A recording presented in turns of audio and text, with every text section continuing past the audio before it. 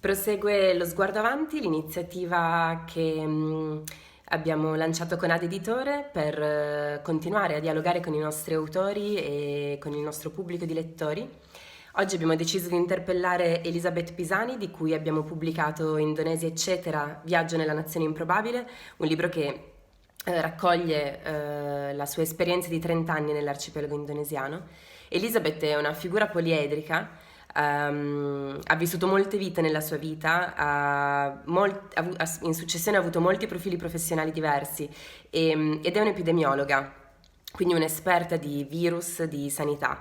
In passato era uscito un altro suo libro in Italia per ISBN, La saggezza delle prostitute, che raccontava proprio della diffusione del virus dell'HIV.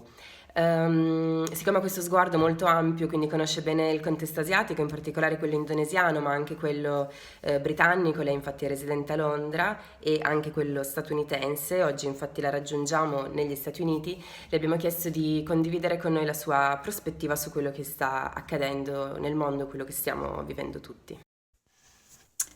Hi everyone, I'm Elizabeth Pisani, and you'll have to forgive me for looking so terrible. I'm sitting in my parents' house in the United States. I usually live in London or between London and Indonesia. I don't think I have even a single stick of lipstick in this house, and I'm definitely not borrowing my mother's. She has like bright orange old lady lipstick. So what you see is what you get. Ilaria asked me to talk a little bit about some of my boyfriends. She asked that because I wrote a book called Indonesia, etc. And I described Indonesia, which is a country that I have lived in for many, many years and love very much, as a giant bad boyfriend.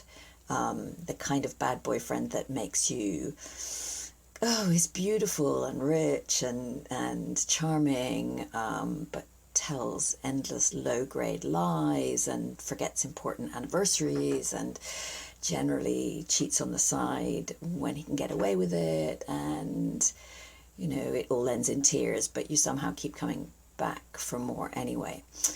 And I'm both a UK and a US citizen, and I feel like my bad boyfriend Indonesia has been in the COVID epidemic, joined by another two bad boyfriends, which is the UK and the US, because all three countries are behaving very, very badly in this epidemic. The reason I'm so angry about the UK, the US, and the Indonesian response is because China and Italy have been there before. You guys have seen, suffered, lived, blazed a very distressing trail from which we could have learned, and we failed to, and that is really fucking annoying. Indonesia took the denial further than even further than either of the other countries. Indonesia has about 2.5 million visitors from China every year, and there are direct flights from Wuhan to Bali.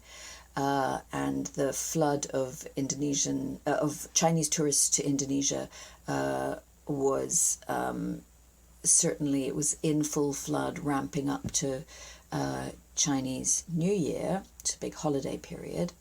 I was supposed to be there this week. I am not, partly because they have belatedly shut down most air routes and now banned foreigners who are not permanent residents, which is probably a good thing. Big challenge coming up is that at the time of Lebaran, which is the festival that ends the Muslim fasting month,